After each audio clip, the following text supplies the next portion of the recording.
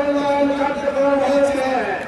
আমরা লক্ষ্য করছি আমাদের যখন মসজিদ ঘিরে দিয়েছে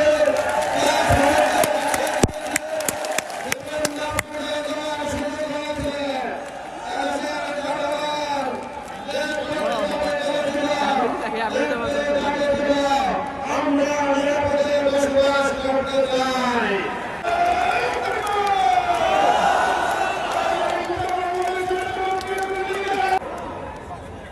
আলহামদুলিল্লাহ, এরাই বাংলাদেশ, এরাই বাংলাদেশ।